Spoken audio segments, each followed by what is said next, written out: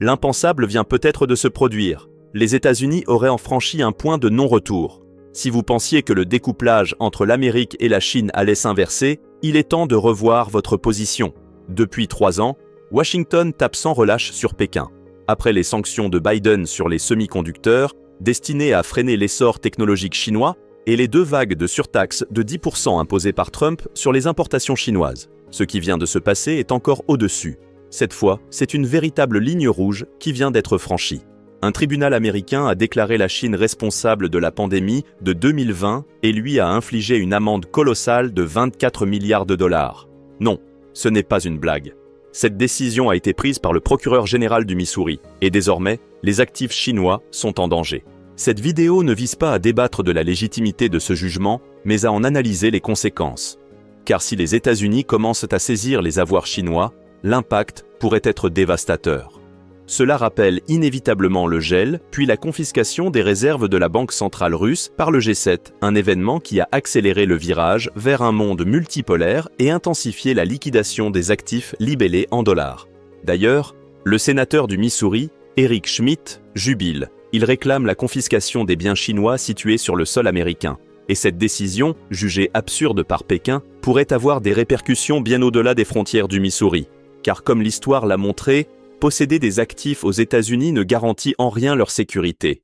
Il suffit de demander à Vladimir Poutine, il en sait quelque chose. Menacer de saisir des actifs chinois est une chose, mais Washington peut-il réellement aller jusqu'au bout? Apparemment, oui. Et le plus inquiétant, c'est qu'il semble prêt à le faire. Le Missouri affirme qu'il compte récupérer chaque centime en saisissant les biens chinois, y compris des terres agricoles. Dans l'absolu, 24 milliards de dollars ne représentent qu'une goutte d'eau pour l'économie chinoise. Pékin génère chaque année un excédent commercial de plus de 1000 milliards de dollars et possède des actifs aux 4 coins du monde. Pourtant, cet argent joue un rôle stratégique et la Chine détient bel et bien des terres agricoles aux États-Unis. Rien qu'au Missouri, des entités chinoises contrôlent plus de 17 000 hectares. Cette acquisition remonte à 2013, lorsqu'une entreprise basée à Hong Kong a racheté un producteur alimentaire américain. Il s'agissait donc d'une transaction commerciale classique. Mais dans un climat où les États-Unis cherchent à sanctionner le géant asiatique, ces terres pourraient-elles être confisquées? Désormais, avec Trump de retour à la Maison-Blanche, tout semble possible. Même si cette saisie ne concerne qu'un seul État, elle risque d'envoyer un signal glaçant aux investisseurs chinois. Le message est clair, les États-Unis peuvent, à tout moment, juger un pays coupable de n'importe quel motif et s'emparer de ses actifs. Un précédent extrêmement dangereux. Mais ce n'est pas seulement l'agriculture qui est en jeu. En septembre dernier, la Chine détenait encore un volume considérable de dettes américaines. En additionnant les bons du Trésor, les obligations d'agences fédérales et la dette d'entreprises américaines, Pékin possède près de 1000 milliards de dollars d'actifs. Si le Missouri va jusqu'au bout et saisit ses biens, la riposte chinoise pourrait être brutale. Pour autant, Pékin n'a aucun intérêt à confisquer des avoirs américains en Chine. Une telle décision serait contre-productive et risquerait d'effrayer d'autres pays occidentaux souhaitant implanter leurs usines en Chine. En pleine guerre industrielle avec les États-Unis, Pékin doit préserver un climat propice aux investissements étrangers. Mais la pression est bel et bien là.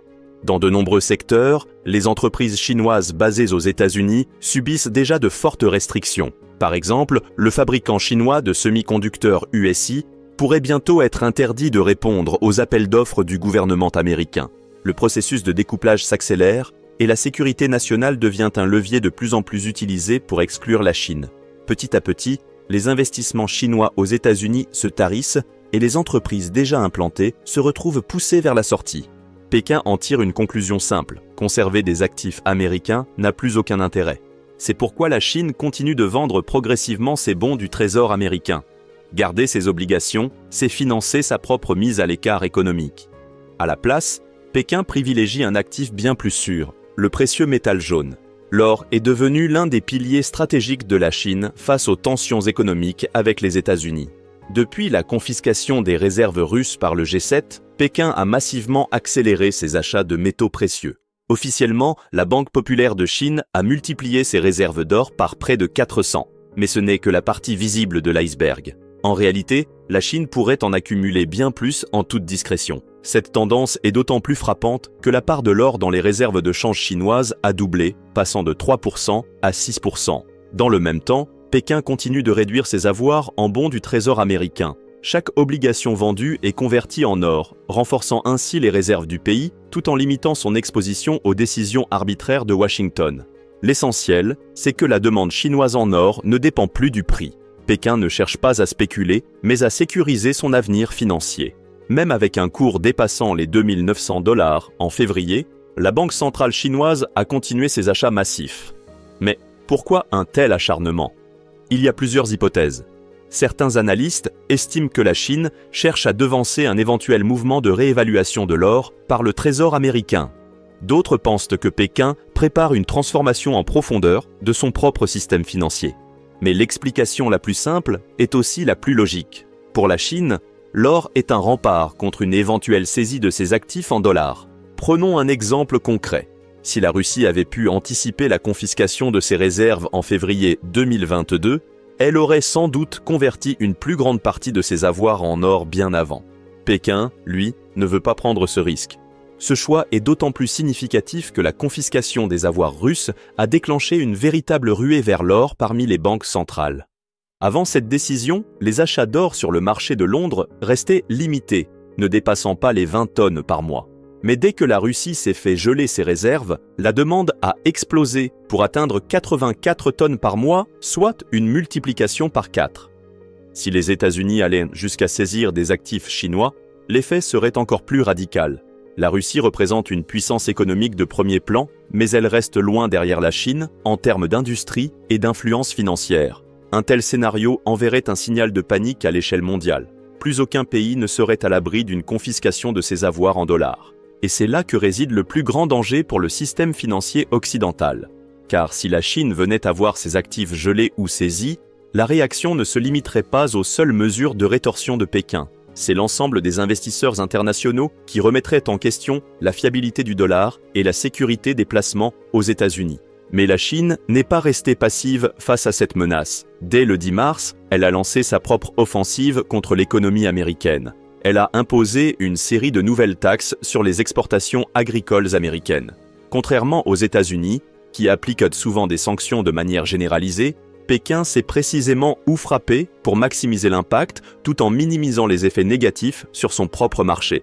Cette stratégie témoigne d'une parfaite maîtrise de ses chaînes d'approvisionnement et d'une capacité à utiliser ses leviers économiques avec précision.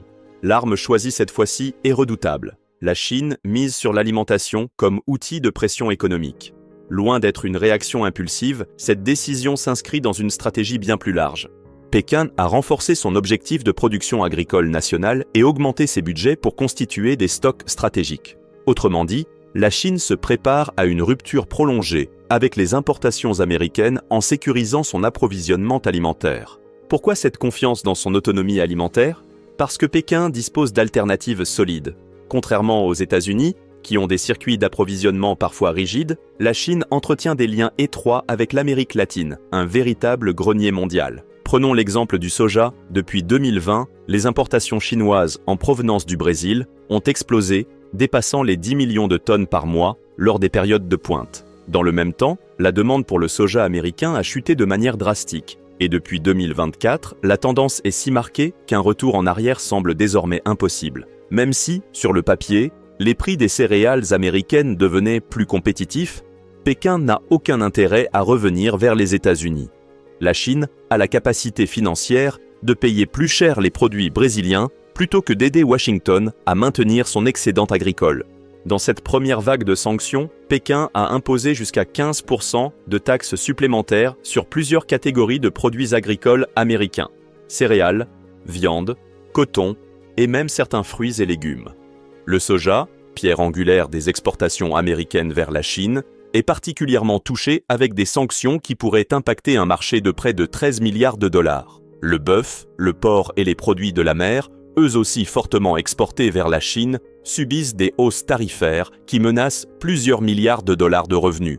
Au total, ce sont près de 22 milliards de dollars d'importations agricoles américaines qui risquent de disparaître du marché chinois. Et pour les agriculteurs américains, déjà mis sous pression par Trump, la situation pourrait devenir critique. Ils doivent faire face à une double peine. D'un côté, ils perdent un marché clé, et de l'autre, ils voient leur coût de production exploser. À cause des sanctions sur la Chine, ils ne peuvent plus acheter de machines agricoles bon marché. John Deere, par exemple, doit désormais s'approvisionner au Mexique ou rapatrier certaines lignes de production aux États-Unis, ce qui fait grimper les coûts des moissonneuses et des tracteurs. Face à cette impasse, le gouvernement américain n'aura d'autre choix que d'intervenir en subventionnant massivement le secteur agricole. Mais cela pose un autre problème. Ces subventions devront être financées, et elles ne le seront pas sans douleur. Pour éviter l'effondrement du secteur agricole, le gouvernement américain va devoir puiser dans les finances publiques, et cela signifie une seule chose, une augmentation des dépenses fédérales. En 2024, Washington a déjà injecté plus de 180 milliards de dollars dans des aides aux entreprises. Et rien que le département de l'agriculture a reçu près de 45 milliards pour soutenir les agriculteurs. Ces fonds ont servi à financer des subventions pour l'assurance des récoltes, des aides directes aux producteurs et des dispositifs de soutien aux infrastructures rurales. Mais avec la baisse de la demande chinoise, les revenus agricoles américains vont chuter, forçant l'État à compenser ces pertes par des aides encore plus importantes. Ironie du sort, Trump, qui veut mener une guerre économique contre la Chine, se retrouve obligé d'augmenter les dépenses publiques pour sauver les agriculteurs de son propre pays. Et ce n'est pas tout. L'augmentation des taxes douanières va également entraîner une hausse des prix alimentaires pour les consommateurs américains. Car si la Chine stoppe ses importations de produits agricoles américains, l'excédent devra être absorbé sur le marché intérieur. Mais dans le même temps, Trump veut aussi restreindre les importations alimentaires étrangères. Lors de son dernier grand discours devant le Congrès, il l'a affirmé clairement, vouloir bloquer les importations agricoles pour protéger les producteurs américains. Il a insisté sur le fait que les produits étrangers seraient soumis à des taxes, arguant que ces aliments ne sont pas contrôlés, qu'ils sont « sales » et qu'ils mettent en danger les agriculteurs locaux. À partir du 2 avril, ces nouvelles taxes sur les importations alimentaires entreront en vigueur. Sur le papier, cela peut sembler être une bonne nouvelle pour les producteurs américains puisqu'ils auront moins de concurrence étrangère. Mais en réalité, les conséquences de cette politique risquent d'être catastrophiques. Sans concurrence étrangère, les prix des denrées alimentaires vont mécaniquement augmenter. Les consommateurs américains paieront plus cher leur nourriture, et la production locale, qui coûte plus cher à produire que celle d'autres pays, pèsera encore plus lourd sur l'économie. Et c'est là que le problème devient évident. Les salaires n'augmentent pas aussi vite que l'inflation alimentaire. Sur les 5 dernières années, les revenus moyens aux États-Unis n'ont progressé que de 20%, alors que les prix des denrées alimentaires ont grimpé d'au moins 21%. Pire encore, sur certains produits de base comme le beurre, le bœuf ou le sucre, la hausse a été 2 fois plus rapide que celle des salaires. Prenons l'exemple des œufs. Leur prix a explosé de plus de 200% en 5 ans. Et maintenant, avec la riposte chinoise et la volonté de Trump de réduire les importations, le risque est clair. Les prix alimentaires vont continuer à s'envoler. Ce cercle vicieux est inévitable. Si la guerre commerciale avec la Chine se poursuit, les exportations agricoles américaines vont s'effondrer et les prix intérieurs vont grimper. Pour les consommateurs, cela signifie une érosion du pouvoir d'achat et pour l'économie américaine, une pression supplémentaire sur la croissance. En fin de compte, la seule issue pour briser cette spirale serait d'abandonner la guerre commerciale. Mais pour l'instant, Trump ne montre aucun signe de recul. La situation est donc claire. En s'attaquant aux actifs chinois, les États-Unis prennent un risque colossal. S'ils passent réellement à l'acte et saisissent des biens chinois, cela ne fera qu'accélérer le désengagement de Pékin des actifs américains et pousser d'autres pays à remettre en question la sécurité de leurs investissements aux États-Unis. Pendant ce temps, la Chine riposte intelligemment en ciblant un secteur vital, l'agriculture américaine, en coupant progressivement ses importations de produits agricoles américains et en renforçant ses liens avec d'autres fournisseurs comme le Brésil. Pékin met sous pression les agriculteurs américains. Et ironiquement, Trump, qui voulait punir la Chine, se retrouve dans une situation où il doit injecter toujours plus d'argent public pour maintenir à flot les producteurs de son propre pays. Mais au-delà de cette guerre économique, c'est une question plus profonde qui se pose. Les États-Unis sont-ils en train de saboter leur propre système financier? En gelant ou en saisissant les avoirs étrangers, Washington envoie un signal inquiétant à toutes les nations qui détiennent des actifs en dollars. Et si la Chine est la cible aujourd'hui, qui sera le prochain? Une chose est sûre, ce bras de fer entre les 2 premières puissances mondiales ne fait que commencer.